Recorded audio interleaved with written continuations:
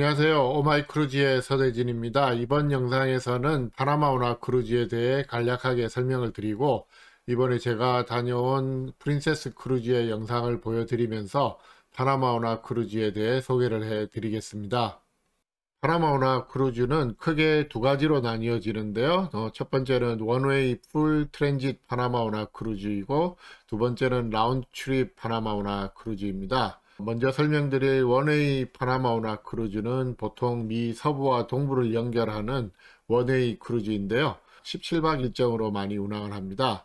프리미엄급 크루즈사들인 셀레브리티나 홀랜드 아메리카, 프린세스 크루즈 등이 많이 운항을 하는데요. 가끔 미 동부에서 서부로 또는 서부에서 동부로 크루즈선을 재배치할 때 파나마 운하 크루즈를 리포지셔닝 크루즈로 운항하는 경우도 꽤 있습니다. 태평양과 대서양을 연결하는 파나마 운하 크루즈에는 보통 태평양 쪽 멕시코의 기항지와 대서양 쪽의 카리브해의 기항지를 같이 들리게 되는 경우가 많은데요.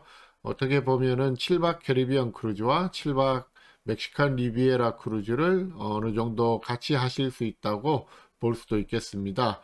파나마 운하는 다들 아시다시피 기존에는 태평양에서 대서양으로 가려면 남미 대륙 끝으로 돌아서 가야 하는데, 이 파나마 운하를 가로지르면 상당히 많은 시간과 비용을 절약할 수가 있는데요. 파나마 운하 공사는 프랑스가 처음 시작을 했는데 상당히 많은 어려움을 겪은 후에 한 22,000명 정도 되는 인원이 사망을 하고 나서야 포기를 했습니다. 나중에 미국이 다시 공사를 재개해서 1914년에 완공이 되었고요. 완공되기까지 총 사망한 노동자 수가 28,000명에 달하는 아주 어렵고 큰 공사였다고 합니다. 그 이후 2016년 6월에 새로운 운하가 완공이 되어서 뉴락이라고 부르고, 예전에 건설된 운하는 올드락으로 부르고 있습니다. 예전에 처음 만든 운하를 지나갈 수 있는 최대 크기의 선박을 파나맥스급 선박이라고 하고, 선박의 폭은 32m 정도, 보통 크루즈선으로는 8만 톤에서 9만 톤급의 배들이 이 파나맥스급 크루즈선들이 되겠습니다. 새로 만든 운하에는 더 큰 선박이 지나갈 수 있는데요. 이 선박들은 포스트 파나맥스급이라고 하고, 포스트 파나맥스급 선박은 폭이 대략 49m까지, 그리고 12만 톤 정도의 선박이 지나갈 수 있다고 합니다. 파나마 운하를 완전히 관통하는 데는 보통 8시간 이상 소요가 되는데요. 파나마 운하의 하이라이트는 이 파나마 운하의 진입에서 빠져나오는 데 소요되는 8시간 정도의 여정이 되겠습니다. 파나마 운하를 지나는데 내는 비용은, 화물선 같은 경우는 컨테이너 적재량에 따라 요금이 부과가 되고, 크루즈선은 크루즈선의 선실과 침상 개수에 따라 요금이 부과된다고 합니다. 이 원웨이 파나마 운하 크루즈 상품도 배 크기에 따라 예전의 운하를 관통하는 상품도 있고요, 새 운하를 관통하는 상품도 있습니다.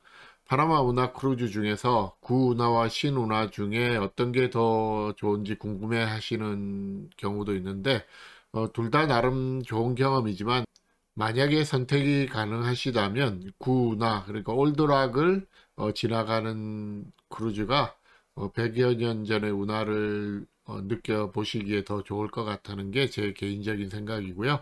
그래도 새 운하도 결코 나쁘지 않은 좋은 경험이 될 거라고 생각을 합니다. 그래서 파나마 운하 크루즈 상품을 검색해 보시면 일정에 올드락인지 뉴락인지 명시가 되어 있으니까 이 점 참고로 하시고 선택을 하시면 좋겠습니다. 다음은 라운드 트립 파나마 운하 크루즈인데요. 이 라운드 트립 파나마 운하 크루즈는 주로 미 동부 플로리다에서 출발해서 파나마 운하를 완전히 관통하지는 않고 다시 플로리다로 돌아오는 10박 정도의 일정이 있습니다. 이 크루즈는 파나마 운하를 관통해서 태평양으로 가지 않고 파나마 운하를 들어갔다가 다시 나와서 근처의 파나마의 기항지인 콜론이나 그 외 지역을 들려서 기항지 관광도 하고 캐리비안의 기항지도 몇 군데 들리시게 됩니다. 15박 이상의 원웨이 파나마 운하보다는 좀 짧고 출발과 도착이 같은 항구라는 장점도 있는데요. 이 짧은 파나마 운하 크루즈는 거의 대부분 새 운하, 그러니까 뉴락을 보시게 됩니다. 다음은 파나마 운하 크루즈의 기항지인데요. 가장 중요한 목적지인 파나마 운하 외에도 여러 군데 기항지를 들리게 되는데요. 먼저 태평양 쪽 멕시코에서는 푸에르토 바야르타라든지 카보 산 루카스 등 멕시칸 리비에라 지역 기항지들과 중미의 코스타리카나 과테말라 등의 기항지도 한 군데씩 들리게 됩니다.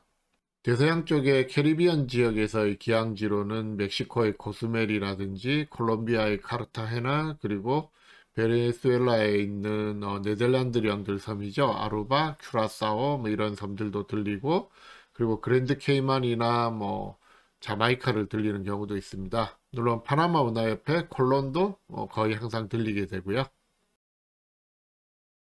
그럼 제가 이번에 프린세스 크루즈의 에메랄드 프린세스호를 타고 다녀온 15박 파나마 운하 크루즈 영상을 소개해 드리겠습니다. 이번 에메랄드 프린세스호로 다녀온 파나마 운하 크루즈는 코로나로 인해 운항이 중단된 후에 18개월 만에 재개된 에메랄드 프린세스호의 첫 항해라서 나름 의미가 있었는데요.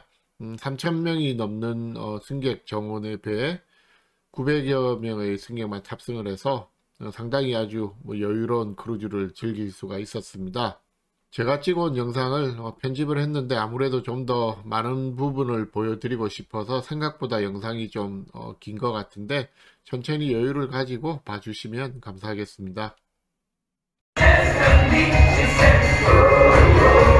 Shine and dance again.